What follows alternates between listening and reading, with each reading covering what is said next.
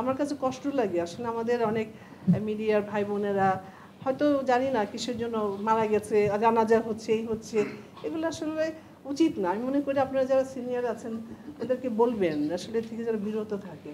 একটা জীবিত মানুষকে মেরে ফেলছে, জানাজা দিচ্ছে, এটা করছে সেটা করছে, এটা উচিত না আমি মনে করি আর কি। তা বললাম আমি যে কী অবস্থা, করে না মানে পুরোটা অপারেশন করতে পারে না, কেমন একটা জায়গায় আপনার মাথায় ব্রেনের মধ্যে টিউমারটা যে এটা মানে কি মানে রিমুভ করতে পারবে না, তবে কিছুটা আপনার করে দিয়েছে আর কি, যে কি বলে ক্লিন করে দিয়েছে।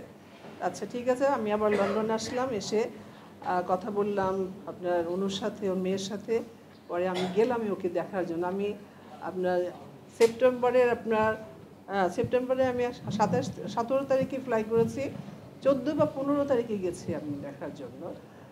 তো কথা বলছে, সে চিনছে, সে সবই ঠিক আছে, ওকে নামাজও পড়ে সে দাঁড়িয়ে। তো অতটা বেশ ভালো লাগে না, মনে হচ্ছিল যেন আছে না যে খুব বোর ফিল করছে সে, বা কেন এত কাজের মানুষ তো, তাই না, একটা জায়গায় বন্দি আছে।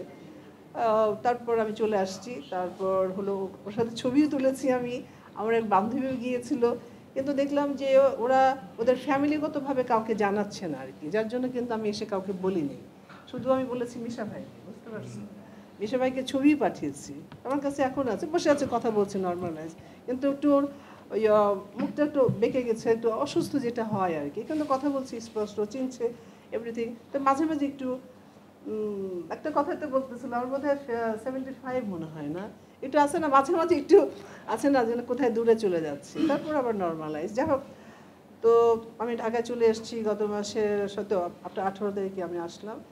মাঝে মাঝে কথা হয়, কালকে আমি কথা বলেছি ওর সাথে। তো ও এখন আপনার থেরাপি চলছে আপনার, হ্যাঁ থেরাপি চলছে। থেরাপি যেদিন দেয় আপনার কিমোটা, তো 2-3 দিন একটু বেশি উইক থাকে আর কি, তারপর আবার একটু নর্মালাইজ হয়ে যায়।